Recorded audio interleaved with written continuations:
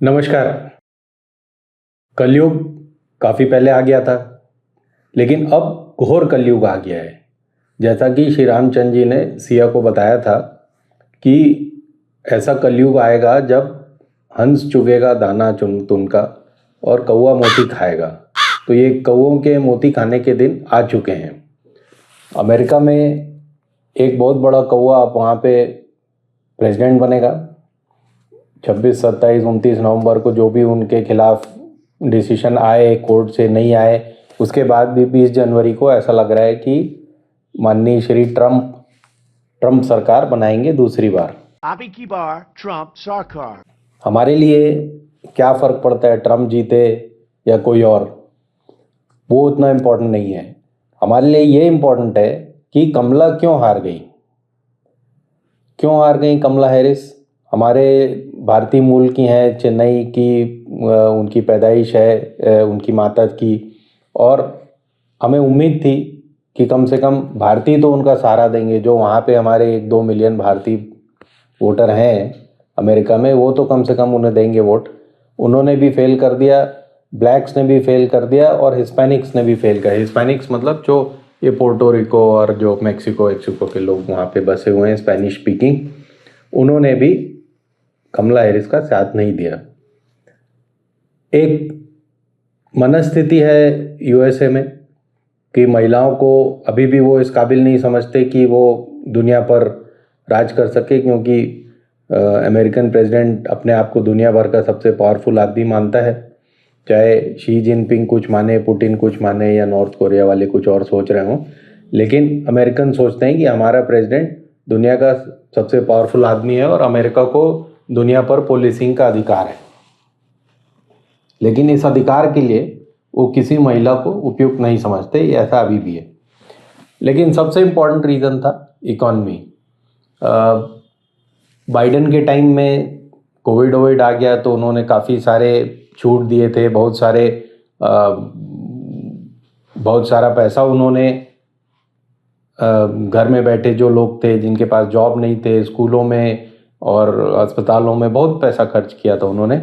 उसका रिपरकशन क्या हुआ था कि 2 साल बाद उन इकॉनमी गड़बड़ा गई थी। आम आदमी अभी तंग महसूस कर रहा था, जिसका कि फ़ायदा ट्रंप ने उठाया।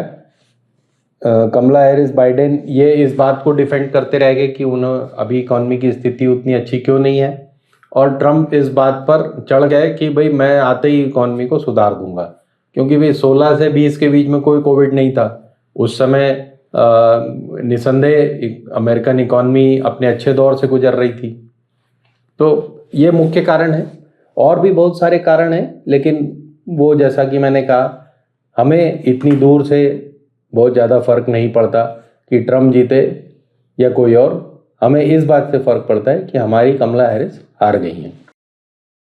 अच्छा, ये जो चुनाव थे अमेरिका में, ये इस मायने में, और ये विश्व भर में आप इसकी झलक देखेंगे, इस मायने में बहुत इम्पोर्टेंट है कि जो रेगुलर जो लोग होते हैं, जो पार्टियों को पैसा देते हैं, आम आदमी देता है, कॉरपोरेशंस देते हैं, अमीर आदमी देते हैं, ये पार्टियों को फंड करते आए हैं दुनिया भर में। लेकिन अब एक लाइन खींच दी गई है कि जो मल्टी बिलियनायर्स हैं, जिनके पास अरबों खरबों की दौलत है, वो अपने आदमी को प्रेसिडेंट, प्राइम मिनिस्टर ये बनाना चाहते हैं। जैसे इलॉन मस्क, अगर आप ओवरऑल देखें तो डेमोक्रेटिक पार्टी को फिर भी 1500 करोड़ रुपए मिले और ट्रंप को 1200 करोड़ डॉलर। लेकिन इस 1200 करोड़ में से 1150 करोड़ में से 700 करोड़ ये जो मल्टी बिलियनायर्स हैं, मस्क जैसे, और बहुत सारे और भी हैं जो जिनके नाम आप और हम यहाँ उतने फेमिलियर नहीं है, बट अमेरिका में ऐसे बहुत सारे मल्टी बिलियनायर्स हैं जो अपने अपने कारणों से चाहते थे कि ट्रंप प्रेसिडेंट बने।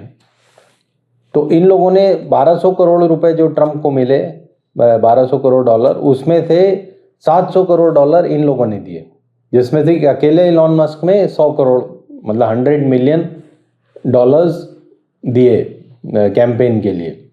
उधर इन्हीं अरबपतियों खरबपतियों ने कमला हैरिस को सिर्फ 127 करोड़ डॉलर दिए। आम आदमी ने काफ़ी फंडिंग की, कॉरपोरेट्स ने, कॉरपोरेट से मेरा मतलब यहाँ पर जो आम कॉरपोरेट्स होते हैं, कोका कोला और जनरल मोटर्स से लेकर अमेज़न और ये वो जो आम कॉरपोरेट्स हैं, इन्होंने काफ़ी पैसे लगाए डेमोक्रेट्स के पीछे।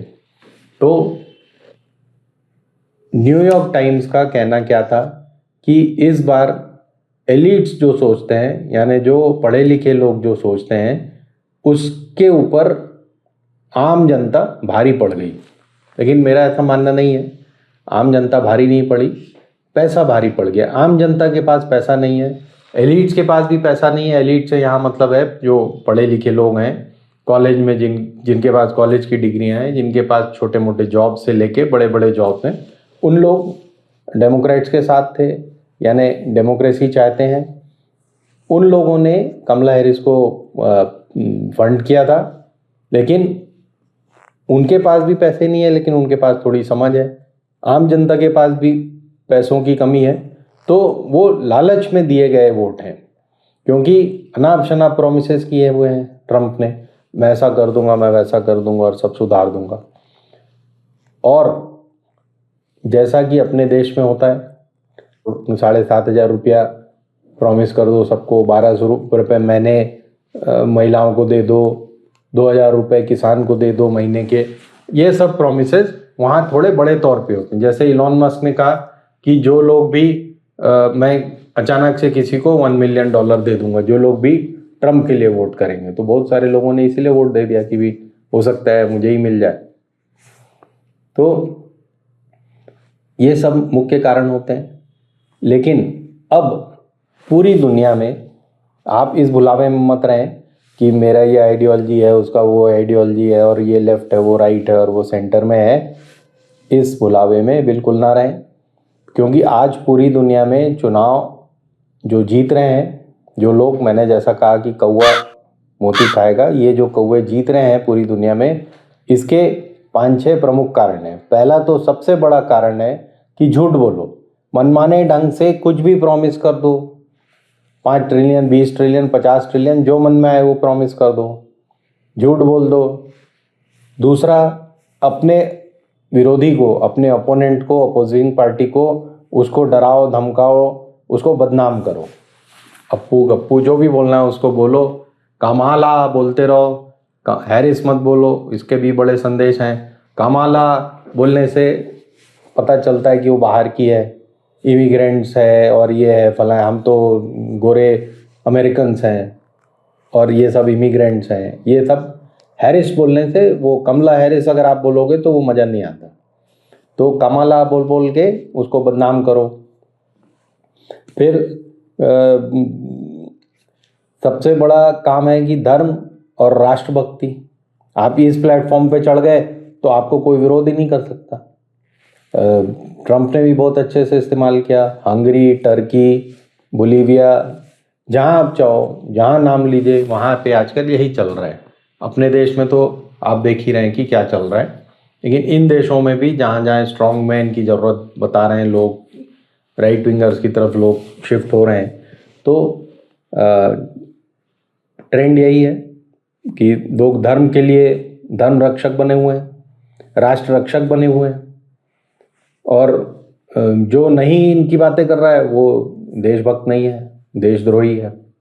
ये हम सब जगह सुन रहे हैं। कोई इसमें अगर आपको किसी चीज़ की भनक सुनाई दे रही है, ऐसा नहीं है, वो अमेरिका की बात कर रहा हूँ मैं अभी।